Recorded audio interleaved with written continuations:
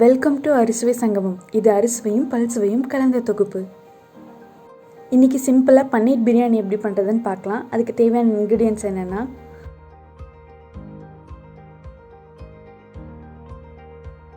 பன்னீர் பிரியாணி பண்ணுறதுல ஃபர்ஸ்ட் நம்ம பன்னீர் மேரினேட் பண்ணிடலாம். அதுக்கு கடையில் பன்னீர் க்யூப்ஸாக கிடைக்கும், அது யூஸ் பண்ணலாம். இல்லைனா 200 கிராம்ஸ் அந்த மாதிரி பன்னீர் கிடைக்கும், அதை க்யூப்ஸாக கட் பண்ணிக்கலாம். இன்றைக்கி நான் அந்த மாதிரி கட் பண்ணி எடுத்துக்கிறேன் ஒரு பவுலில். அதோடு கொஞ்சம் மஞ்சள் தூள், காரத்துக்கு ஏற்ப மிளகாய் தூள், 1 ஸ்பூன் தனியாத்தூள், 1/2 ஸ்பூன் சீரகத்தூள், 1/4 ஸ்பூன் கரம் மசாலா,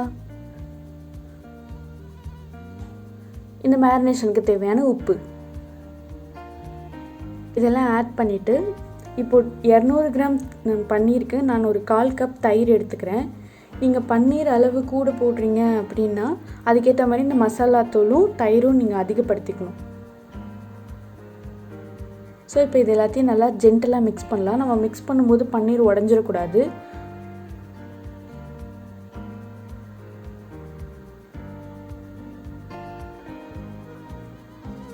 ஸோ இந்த மேரினேஷனில் ஒரு 1/2 லெமனை புழிஞ்சிட்டு நல்லா ஜென்டலாக பன்னீர் க்யூப்ஸ் உடையாத அளவுக்கு மிக்ஸ் பண்ணிடலாம்.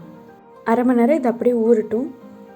நெக்ஸ்ட்டு நம்ம ரைஸ் வேக வச்சிடலாம். அதுக்கு அடிகனமான ஒரு பாத்திரத்தில் 3/4 லிட்டர் தண்ணி வச்சுருக்கேன்.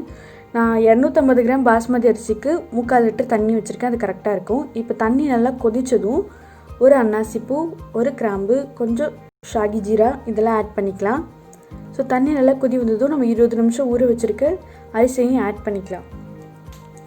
உங்களுக்கு ஷாகி ஜீரா கிடைக்கல அப்படின்னா நீங்கள் சோம்பு இல்லைன்னா சீரகம் ஆட் பண்ணிக்கலாம், இல்லை அப்படியே அவாய்ட் பண்ணிக்கலாம். ஸோ அரிசியை ஆட் பண்ண அப்புறம் 1 ஸ்பூன் நெய் இல்லைன்னா எண்ணெய் ஆட் பண்ணிக்கலாம். அப்போ தான் அரிசி உதிர ஒட்டாமல் வரும்.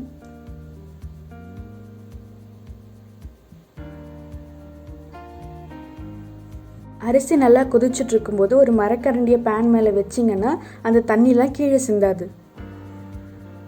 ஒரு 10 நிமிஷத்தில் அரிசி நல்லா வெந்து வந்துருச்சு. பன்னீர் பிரியாணிங்கிறதுனால அது ரொம்ப நேரம் நம்ம குக் பண்ண போகிறதில்ல.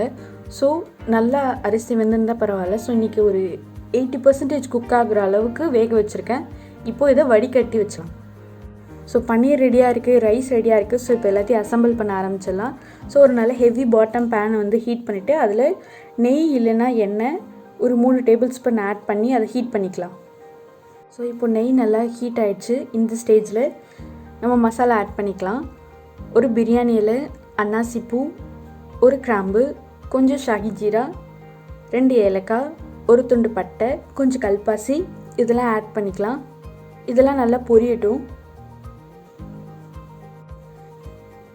இப்போது இந்த மசாலாலாம் நல்லா பொரிஞ்சிடுச்சு. ஸோ உங்கள் காரத்துக்கு தேவையான அளவு பச்சை மிளகாய் 2 இல்லைன்னா 3 கட் பண்ணி ஆட் பண்ணிக்கலாம். அதையும் நல்லா எண்ணெயில் மிக்ஸ் பண்ணிவிட்டு 2 பெரிய வெங்காயம் நான் ஸ்லைஸ் பண்ணி வச்சுருக்கேன், அதையும் ஆட் பண்ணிக்கலாம்.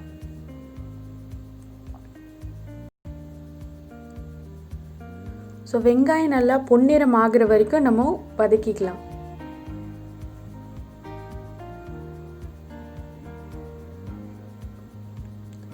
இப்போ வெங்காயம் பொன்னிறமாக நல்லா வதங்கிடுச்சு. ஸோ இந்த ஸ்டேஜில் 1/2 ஸ்பூன் இஞ்சி பூண்டு பேஸ்ட் ஆட் பண்ணிக்கலாம்.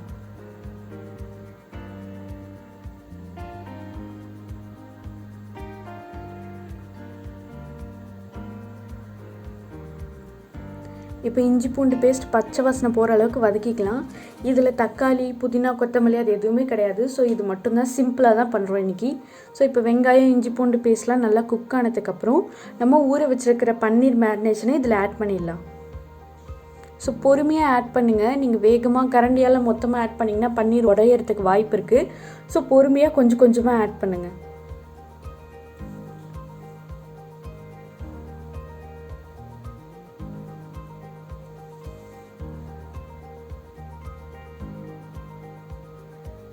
இப்போ நல்லா மிக்ஸ் பண்ணிவிட்டு ஒரு 5 நிமிஷம் இது மூடி போட்டு குக் பண்ணலாம்.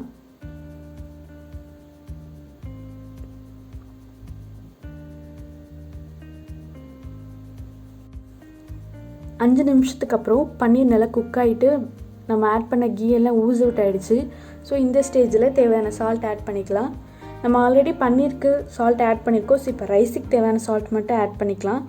ஸோ இப்போ நல்லா ஜென்ட்லாக மிக்ஸ் பண்ணிவிட்டு ஆல்ரெடி நம்ம குக் பண்ணி வச்சுருக்கோம் இல்லையா ரைஸ், அதை ஆட் பண்ணிக்கலாம்.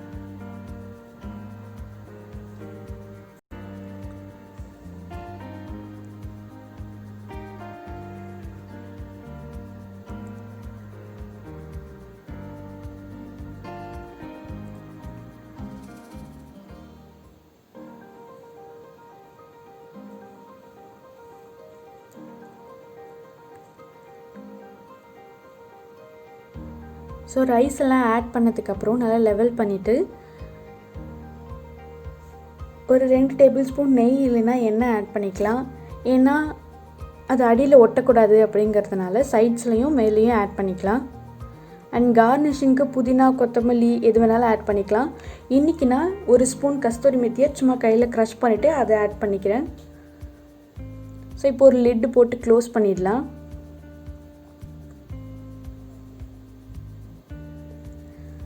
ஸோ இப்போது ஒரு தோசைக்கல்லை நல்லா ஹீட் பண்ணிவிட்டு அது நல்லா சூடானதும் இந்த பேனை அதில் வச்சுட்டு ஒரு 10 மினிட்ஸ் ஹை ஃப்ளேமில் குக் பண்ணலாம். ஸோ இப்போ 10 நிமிஷம் கழித்து ஓப்பன் பண்ணி பார்க்குறோம். ரைஸ்லாம் நல்லா 100% குக் ஆகிடுச்சு, நல்லா உதிரியாக இருக்குது. ஸோ சிம்பிளான பன்னீர் பிரியாணி ரெடி. இப்போ நம்ம சர்வ் பண்ணிடலாம். உங்களுக்கு இந்த வீடியோ பிடிச்சிருந்ததுன்னா லைக் பண்ணுங்கள், ஷேர் பண்ணுங்கள், கமெண்ட் பண்ணுங்கள். அறுசுவை சங்கமம் சேனலை சப்ஸ்கிரைப் பண்ணுங்கள். தேங்க்ஸ் ஃபார் வாட்சிங்.